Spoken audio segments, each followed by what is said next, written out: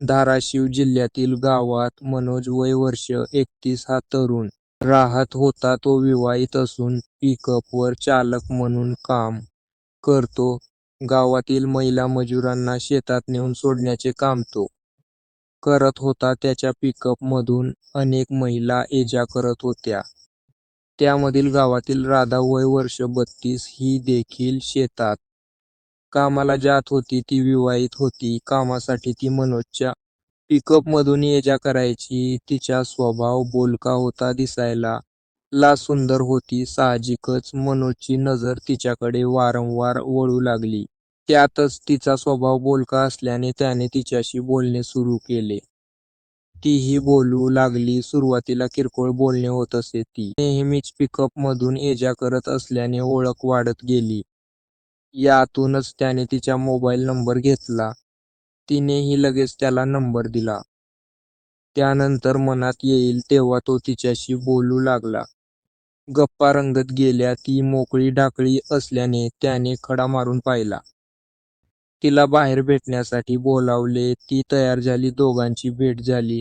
दोघांचे हॉटेलमध्ये जेवण खाणे झाल्यानंतर रूममध्ये जायचे ठरले. ती तयारच होती. दोघांनी एकांतात त्यांना हवे ते सुख दिले आणि घेतले वासना.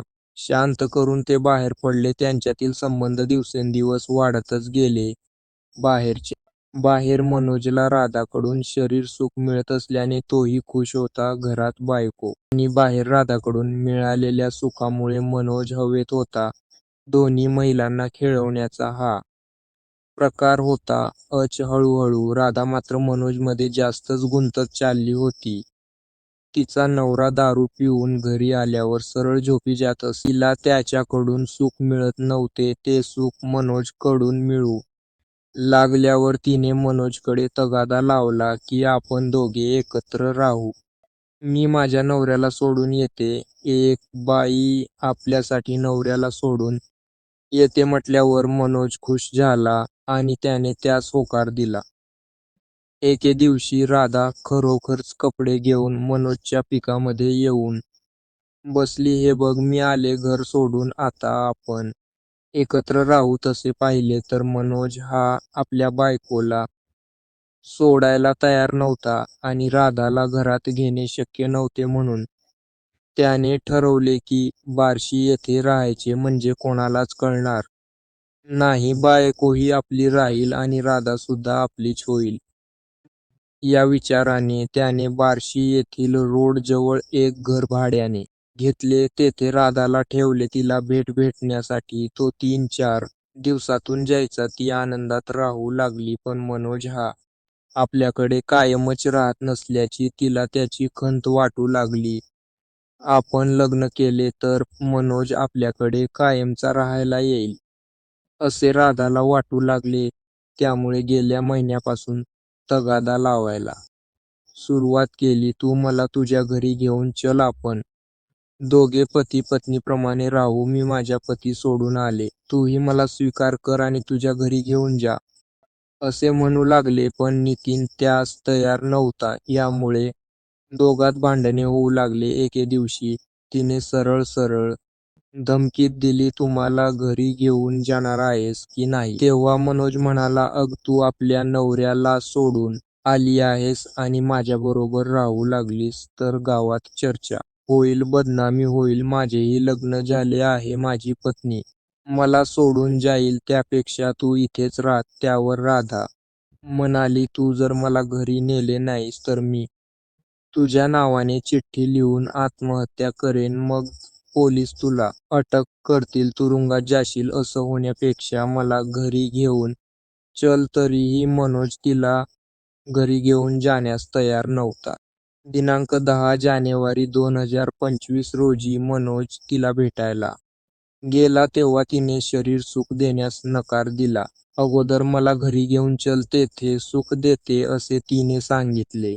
यावरून दोघांमध्ये भांडणे झाली. राधा ऐकणार नाही. यामुळे हिची कटकट कायमची संपवायची या उद्देशाने तिचा खून करण्याचे ठरवले. त्यानंतर तिच्याशी गोड बोलून, तुला घरी यायचे आहे ना, घेऊन जातो. त्या अगोदर आपण हॉटेलात जाऊन जेवण करू. नंतर घरी जाऊ असे सांगितले. ती तयार झाली. तिला रोडवरील एका शेतात नेले. थोडे शरीरसुख घेतले. ती खुश झाली. त्यानंतर तिच्या स्कार्फने तिचा गळा आवळला. तिचा मृतदेह तेथेच टाकून काही घडलेच नाही असे वागत तो परतला गावात.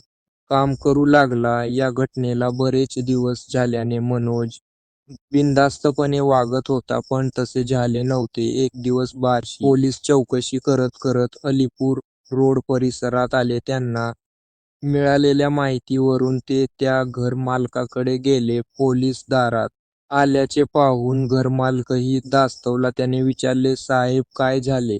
तुमचा या ठिकाणी राहणारा भाडेकरू कुठे आहे? असे विचारताच घर मालकानेही सांगितले, साहेब गेले 3-4 दिवस ती बाई कुठे दिसत नाही. ती काय इथली नाही, ती मूळची घाडंगरीची आहे. बर, मग तिचं पूर्ण नाव गाव पत्ता आहे की नाही? ती एकटीच राहत होती? आणखी कोण राहत होते? पण ती मूळची धाराशी येथील असल्याची माहिती आहे साहेब. गेल्या 3 महिन्यापासून आमच्या इथे एकटीच राहत होती, पण तिला भेटायला 4-5 दिवसातून एक पुरुष मात्र यायचा.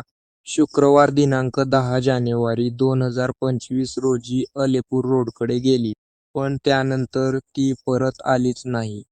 घरमालकाकडे फारशी माहिती मिळाली नव्हती, पण या ठिकाणी राहणारे बेपत्ता आहे आणि ती मूळची धाराशिव जिल्ह्यातील आहे ही माहिती पोलिसांना पुरेशी होती. त्यांची यंत्रणा कामाला लागली. रविवार दिनांक 26 जानेवारी 2025 चा दिवस प्रजासत्ताक दिन असल्याने पोलिसांनी सकाळी ध्वजारोहणाचा कार्यक्रम केला. कुठेही अनुचित प्रकार घडू नये म्हणून बार्शी शहराच्या पोलिसांनी चोख बंदोबस्त ठेवला होता. आजचा दिवस तरी कोणती तक्रार अथवा अनुचित माहिती मिळणार नाही अशी अपेक्षा ठेवून पोलीस निरीक्षक असतानाच दुपारी 4 वाजता एक माहिती आली की रोडवरील असलेल्या एका ज्वारीच्या शेतात महिलेचा मृतदेह पडला आहे. माहिती मिळताच पोलीस घटनास्थळी पोहोचले. मृतदेहाची अवस्था अतिशय दयनीय होती, कारण खूप दिवस हा मृतदेह या ठिकाणी पडून असावा असे पाहता क्षणिक पोलिसांना समजून चुकले. मृतकाचे 2 हातपाय तुटले होते. तोंडावरील मांस गळून गेले होते. मृतदेह कुजला असल्याने दुर्गंध येत होती. मृतकाची ओळख पडणे अवघडच होते. आजूबाजूला पुराव्यासाठी काही मिळते का याची पाहणी केली असता घटना जवळ स्कार्फ पॉइझन बांगड्या पडल्या होत्या. पोलिसांनी मृतदेह घटनास्थळाचा पंचनामा केला आणि परिसरात असणाऱ्या व्यक्तींनी तुम्ही मृतकास ओळखता का असे विचारले, पण कोणीही ओळखू शकले नाही.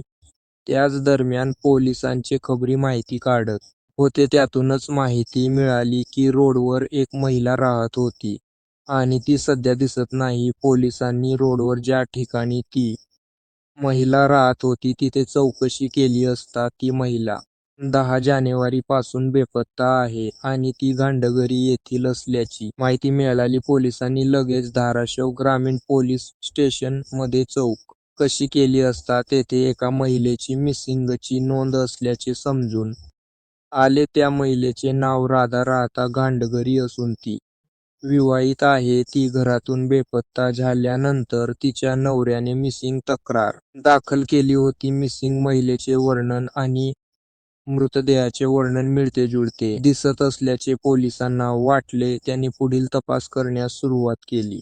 पोलिसांनी घाडंगरी येथे आपले खबरे सोडले. त्यांनी माहिती घेतली असता ही महिला मजुरी करत होती आणि मजुरीच्या ठिकाणी जाण्यासाठी ठराविक पिकअपमधून ती जात असे. त्या चालकाबरोबर ती नेहमी बोलत असताना लोकांनी पाहिले होते. या चालकाचे नाव मनोज असून तो घाडंगरी येथीलच राहणार आहे. तो सुद्धा विवाहित होता. पोलिसांनी मनोज याला चौकशीसाठी बोलावले. त्याला राधाविषयी विचारले असता त्याने आपली काही तिला ओळखत नाही असे सांगितले.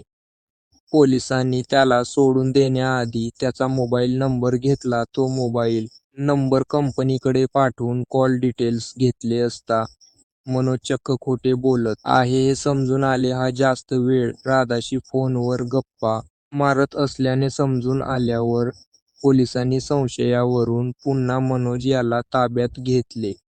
रविवार दिनांक 9 मार्च 2025 रोजी मनोज याच्याकडे पुन्हा चौकशी केली असता तो पुन्हा उडाउडीची उत्तरे देऊ लागल्यानंतर मात्र पोलीस त्याला म्हणाले, तू खोटं सांगू नकोस आम्हाला, तू कोणत्या महिलेशी तासनतास बोलत होता, काय बोलत होता याचे रेकॉर्ड आहेत असे म्हणत त्याला सारे रेकॉर्ड दाखवले. तेव्हा मात्र त्याच्या डोळ्यात पाणी तरळू लागले.